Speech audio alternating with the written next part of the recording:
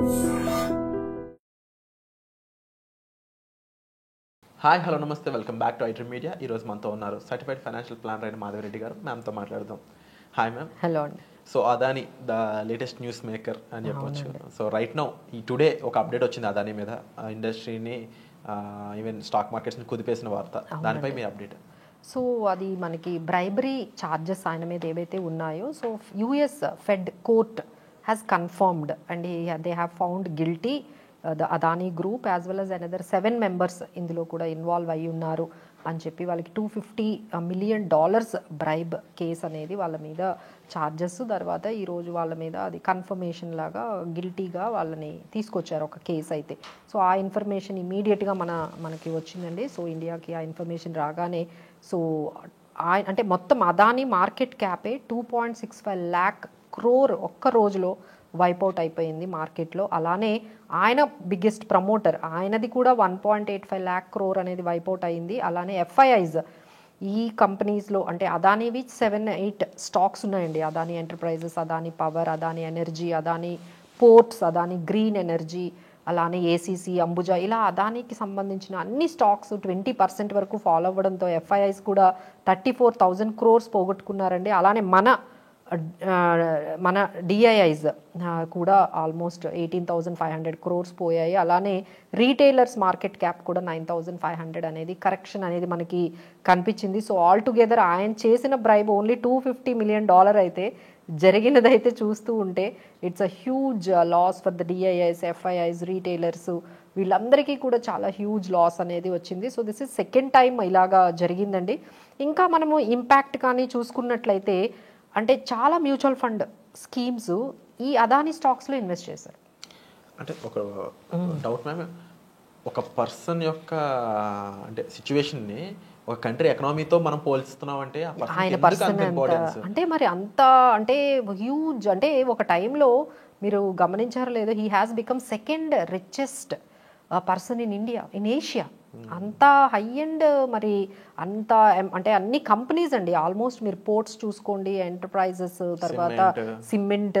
So almost అంటే ఒక ఎకానమీకి ఏమేమి అవసరం అవుతాయి, ఇన్ఫ్రాస్ట్రక్చర్, ఎయిర్పోర్ట్స్, పోర్ట్స్, సిమెంట్, ఇవన్నీ.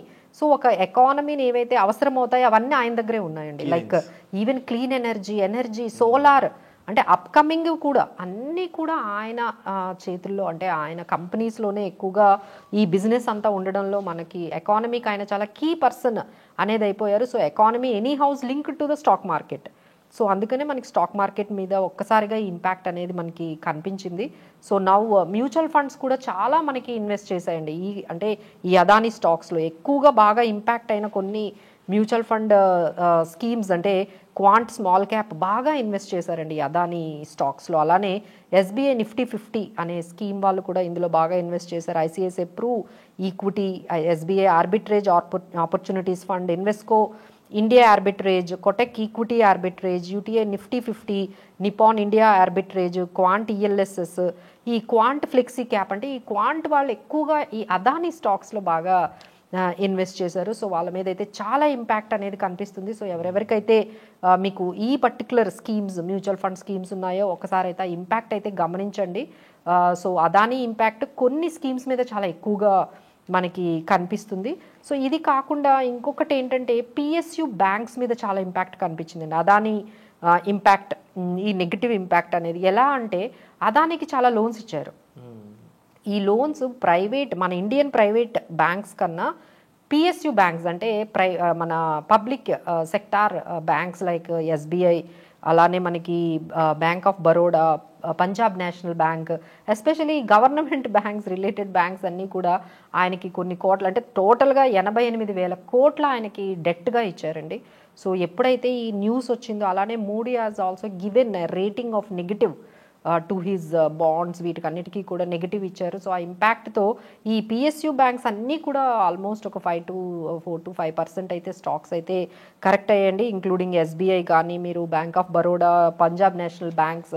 ఎందుకంటే వీళ్ళు అప్పిచ్చున్నారు కదా, సో వాళ్ళ మార్కెట్ క్యాపిటలైజేషన్ వాల్యూ అనేది తగ్గిపోతే ఈ బ్యాంక్స్ మీద కూడా కొంచెం ఇంపాక్ట్ అయితే మనకి కనిపించింది. సో ఈ విధంగా ఒకవైపు రీటైలర్స్ మీద, మ్యూచువల్ ఫండ్ స్కీమ్స్ మీద, entire stock market as well as FIIs and this banks like especially PSU banks మీద కూడా చాలా ఇంపాక్ట్ అనేది మనకు కనిపించిందండి. So maybe it might continue, ఇంకొక 2-3 days అయితే కంటిన్యూ అవుతుంది. సో ఇంకా అంటే ఈసారి ఇంకొంచెం అంటే అప్పట్లో maybe Congress is not that much strong, now they are very strong ఉన్నారు కాబట్టి దీన్ని ఇంకొంచెం నెక్స్ట్ లెవెల్కి తీసుకెళ్లే అవకాశాలు అయితే ఉన్నాయండి. సో అప్పుడే ఈ విషయం అనేది అంత ఈజీగా ఈసారి అంటే లాస్ట్ టైం కామ్ అయిపోయినట్టుగా ఈసారి అయితే కామ్ అయినట్టుగా అయితే కనిపించట్లేదు. They will take it to the పార్లమెంట్కి కూడా తీసుకొని వెళ్ళి ఈ ఇష్యూని సెబీ చైర్మన్ సైతం పాయింట్అవుట్ చేస్తున్నారండి. ఎందుకంటే ఆమె ఈయనని ప్రొటెక్ట్ చేస్తోంది. ప్రతిసారి ఆయన మీద ఎలిగేషన్స్ వచ్చినప్పుడు కరెక్ట్గా ఇన్వెస్టిగేషన్ ఎందుకు చేయట్లేదు అంటే, ఒక యుఎస్లో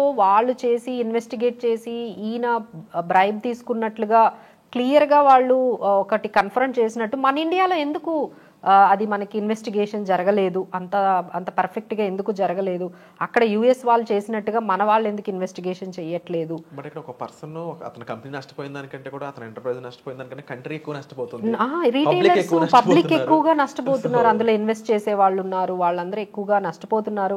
ప్రతిసారి జరుగుతోంది కదండి, దిస్ ఇస్ సెకండ్ టైం జరుగుతోంది ఇలా. ఈసారైనా ఐ విల్ హోప్ దట్ ఒక మంచి ఇన్వెస్టిగేషన్ చేసి ఫైనల్గా వాట్ హ్యాస్ హ్యాపెండ్ అనేది ఒకసారి చేస్తే బెటర్ అండి. అందులో మాత్రము ఈ మాధవీపురి బుచ్ కూడా బాగా కొంచెం అప్పటి నుంచి అంటే ఆ హిండెన్బర్గ్ రిలేటెడ్ టు ఈ అదానీ సాగాలోనే ఈమెకు కూడా కొంచెం కాన్ఫ్లిక్ట్ ఇంట్రెస్ట్ ఉంది అని చెప్పి ఎప్పుడైతే వచ్చిందో, సో ఈసారైనా వాళ్ళు అట్లీస్ట్ తనని రిమూవ్ చేసేంత వరకైనా కొంచెం అలాంటి సిచ్యువేషన్ కానీ వచ్చిందంటే మార్కెట్ ఇంకా కొలాప్స్ అవుతుందండి. ఇఫ్ ఇట్ ఈజ్ రియల్లీ ఏదైనా ఆయన చేసింది అనేది ఏమైనా ప్రూవ్ కానీ అయింది లేదు, సెబీ చైర్మన్ని తీసేశారు అనే న్యూస్ కూడా మార్కెట్కి చాలా నెగిటివ్ అండి. So next 1 week is going to be very tensed for the market, including ఈ Maharashtra elections outcome as well as this Adani impact ఎలా ఉండబోతుంది అనే దాని మీద మార్కెట్స్ అయితే కొంచెం నర్వస్గానే ఇప్పుడు ఉన్నాయి. సెల్లింగ్ ప్రెషర్ అయితే ఎక్కువగా ఉంది. సో ఓవరాల్గా మార్కెట్ అప్డేట్స్ పై ముఖ్యంగా అదానీ అప్డేట్ ఒకవైపు అంటే ఒకవైపు మన డాలర్ కూడా చాలా అంటే డాలర్ స్ట్రాంగ్ అయ్యి మన ఇండియన్ రూపీ చాలా వీక్ అనేది అయిపోతుంది. సో ఇట్స్ ఆల్మోస్ట్ 84 రూపీస్ 40 పైసా అయిపోతుంది. ఎందుకంటే ఎఫ్ఐఎస్ సెల్లింగ్ అంటే మన దగ్గర నుంచి మనీ అంతా వెళ్ళిపోతుంది కదా, వెళ్ళిపోతుండగానే మనకి సపోర్ట్ చేసినా కూడా FIs are the key role play చేస్తుంది. సో అది కూడా మనకి కొంచెం మార్కెట్ మీద ఈ ఎఫ్ఐఎస్ సెల్లింగ్, తర్వాత ఈ వార్ ఇంపాక్ట్, తర్వాత ఈ అదానీ ఇంపాక్ట్, తర్వాత డాలర్ అదే మన రూపీ వీకనింగ్, ఇవన్నీ కూడా మార్కెట్ మీద కొంచెం అయితే స్ట్రెస్గానే ఉన్నాయండి రైట్ నౌ. బట్ అగైన్ ఒక ప్రీవియస్ ఎపిసోడ్లో మ్యామ్ చెప్పడం జరిగారు, ఒక ఇలాంటి సిచ్యువేషన్స్లో ఉన్నప్పుడు ఇన్వెస్టర్స్ ఏం చేయాలి అనేది. You can search for that episode. ముఖ్యంగా ఇలాంటి అప్డేట్స్పై రైట్ టైంలో ఏం చేయాలి అనే దానిపై విశ్లేషణ కావాలనుకున్నట్లయితే డిస్ప్లే అవుతున్న నెంబర్స్ కాల్ చేసి మీరు మ్యామ్ యొక్క హెల్ప్ తీసుకోవచ్చు. రైట్ ప్రొఫెషనల్తో ఇన్వెస్ట్మెంట్ చేసినట్లయితే you will see in a better place అనమాట.